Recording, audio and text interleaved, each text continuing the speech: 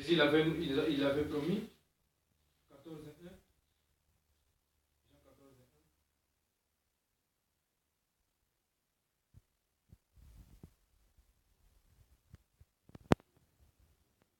14:1. Jean 14:1. Que votre cœur ne se trouble point, croyez en Dieu et croyez en moi. Amen. Donc Jésus-Christ, il nous a donné une grande assurance. Que notre cœur ne trouble pas, qu'il ne trouble point. On ne soit pas préoccupé pour les choses du monde. On ne soit pas préoccupé pour ailleurs, pour les choses inutiles. Mais il faut avoir la confiance à Jésus-Christ. Il faut avoir confiance à Jésus-Christ. Quand nous avons la confiance à Jésus-Christ, alors c'est ça que Dieu veut.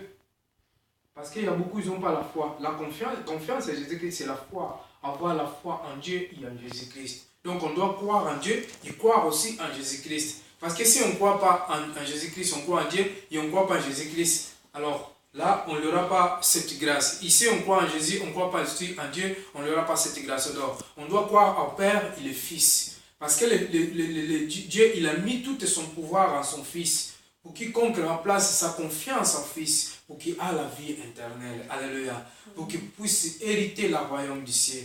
Il y a beaucoup de gens aujourd'hui qui disent que non, moi je crois en Dieu, mais je ne crois pas en Jésus-Christ, parce que Jésus, ce n'est pas Fils de Dieu. Alors la Bible nous dit dans les Jean chapitre 3, verset 36, qui sait qui ne croit pas au Fils, ceux qui ne met pas la confiance en Jésus-Christ, il n'aura pas la vie. Mais au contraire, il sera exposé dans la colère de Dieu. Donc il restera exposé dans la colère de Dieu. Mais quand on croit en Fils, on croit en Dieu. Parce que Dieu, il veut que premièrement on puisse croire en Dieu et en son Fils aussi. Parce qu'il y a beaucoup qui ne connaissent pas qui est Dieu. Mais Jésus-Christ, c'est pour cela qu'il est venu, pour qu'il puisse montrer le Dieu vivant, le Dieu qui existe, le Dieu qui a créé les cieux et la terre. Alléluia. Il y a beaucoup, avant, ils priaient chaque personne de sa manière. Mais aujourd'hui, Jésus-Christ, il est venu nous montrer comment prier, comment adorer Dieu. C'est pour cela, ceux qui ne croient pas en Jésus en tant que Seigneur Sauveur, je ne sais pas qui sera leur fin. Mais la Bible est claire. La Bible dit, ceux qui ne croient pas en Jésus en tant que Fils de Dieu, il ne sera pas sauvé. Alors, c'est pour cela, on doit mettre notre confiance à Dieu. Adressez-nous notre prière, notre besoin, nos problèmes à Jésus-Christ. Mais il ne faut pas être perturbé. Il ne faut pas perturber nos cœurs. Mais il faut mettre tous nos besoins à Jésus-Christ. Dieu, la Bible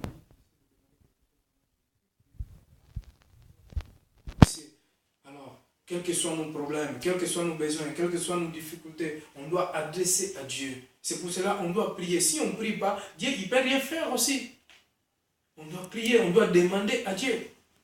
Parce que Dieu, il veut qu'on puisse le clamer, on puisse le chercher, on puisse chercher sa face, on puisse frapper la porte, on puisse prier pour lui, on puisse lui demander quelque chose.